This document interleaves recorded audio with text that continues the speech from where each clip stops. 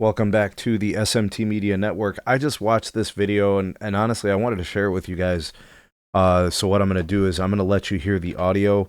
This is, I don't know, an interview between Stephen A. Smith and a host from Gil's Arena. I'm not sure who the host is. I don't think I've ever seen him before.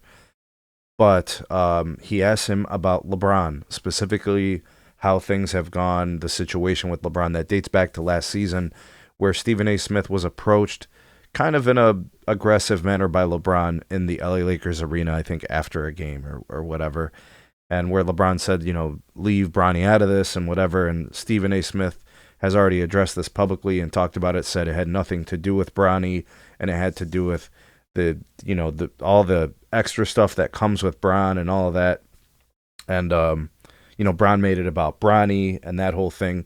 Anyways, Stephen A is going to kind of explain some things, and he's going to explain what their relationship is. But here you go. We'll listen to the clip, and then we'll kind of talk about it after.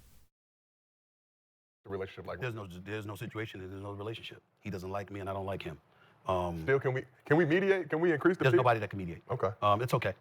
I would tell you that what I won't do is spend time the one thing that I would like to say is that I don't talk about him unless I'm asked. Mm-hmm. Now, some people say, well, why are you talking about him? Because I was asked. And this is what I do for a living. So how the hell am I going to get away with saying no comment? That doesn't work coming from Stephen A. It might work coming from somebody else. It doesn't work coming from me. But I have no desire to talk about him at all. He is, in my mind, the second greatest player in the history of basketball, who is a four-time champion, a four-time league MVP, has been an incredible ambassador for the game of basketball. His respect has been earned, not given. And nobody can deny that. But that's the basketball player, not the man. And all I would say is people don't know the things that have happened behind the scenes, things that have been said, who they've been said to, the kind of things that have been engaged in an effort to hurt me, along with contemporaries and others. There's a lot of shit that I know that I don't say. And there's a reason that I feel the way that I do. And the last straw was him approaching me and turning the Bronny thing into something about me attacking somebody's family when it was him I was talking about, not Bronny. And then to go on the Pat McAfee show, which comes directly on after my show, on the channel that I work on, to insult me. Now, people could get into all kind of components that come with it and all of that other stuff. I have nothing to say. I'm a professional. I represent ESPN. I now represent SiriusXM. But most importantly, I represent myself. And I'm never going to denigrate any employer, any partner, or myself by getting into anything excessively, unnecessarily, when it comes to him or anybody else. I'm going to do my job. I'm going to cover the game of basketball. But if I never, ever speak to him again in life, that will be okay. And I'm good with it. And that doesn't, and I want to say, I'm not encouraging anybody else to feel that way about him. His peeps, other people that have a relationship with him, players, executives, coaches, all that stuff, this is me and him. I don't want to influence anybody else's opinion about him.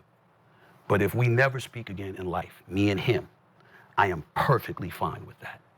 But I'm man enough where if he ever wanted to speak to me, I would. But it wouldn't be the most pleasant conversation, at least initially. And that's just where I stand with it, meaning no disrespect. But there's a lot of things that have happened that he don't know I know. And that was the final straw. So that's where I'm at with it. People can take whatever they want to or whatever, but I'm not playing. I'm dead serious. It was a lot has happened, and those 2 moments was the last straw. And that's where I'm at. All right, so clearly he's going to be holding on to this thing that has developed between LeBron and him. The confrontation that happened within the in the arena that night, and then also that it looks like the Pat McAfee situation where LeBron came out publicly and started speaking on it. It looks like that also was an issue too. So some important things from this. Stephen A. Smith said there's no relationship. He said he only talks about LeBron when he's asked. Basically, he's saying he's doing his job. He respects LeBron's game. He respects his career. He understands the legend that LeBron has built as a player. in terms of hoops, it seems like it's all respect. He's got him ranked second best all time. I mean, that's an incredible sign of respect for his game. Now, as a man, as a person, Bron seems to have targeted Stephen A. Smith. At least that's what he's saying.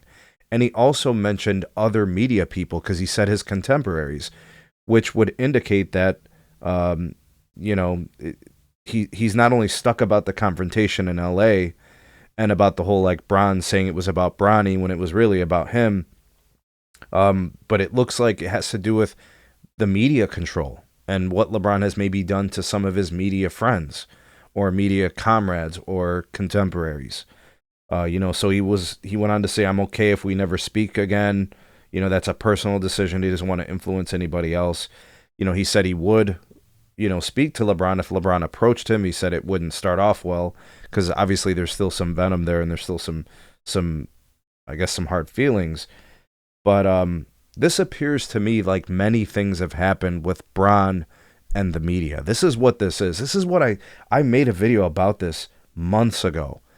LeBron does not have the media control he once did. He still has some media control. That's obvious.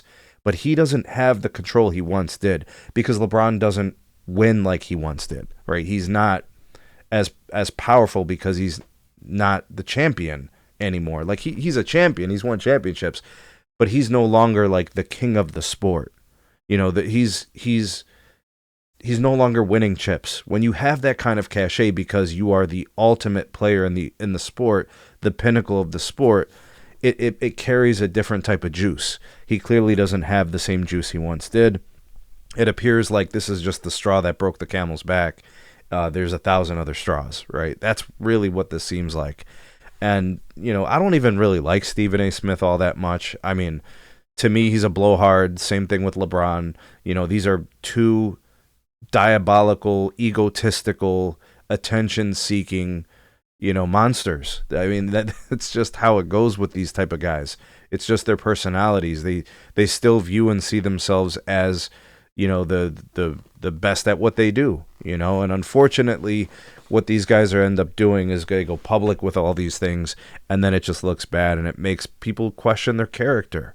You know, really the ultimate thing for these types of guys is to actually just discuss this and not let these things be public. But they're all about huffing and puffing and making things look a certain way. They'd rather run a smear campaign against each other than to actually just get on the same page.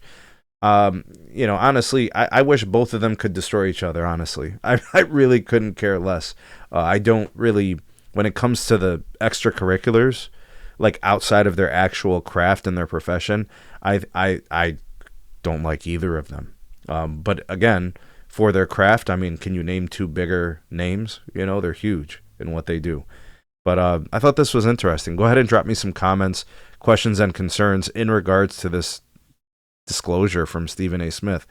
I'm like that in life too. I'm kind of like Stephen A. Smith in some regards. Like, I don't ever have to be someone's friend. If we fall out, we don't have to speak each other again. I'm okay with that. I can settle things and walk away forever. You know, and that doesn't mean I have hate, and that doesn't mean it has to be disrespect. It's sometimes a disconnect, a clean disconnect is really the best solution, in my opinion. But anyways, let me know what you guys think. Like, share, subscribe, check out some more videos. We'll see you guys soon on the next one.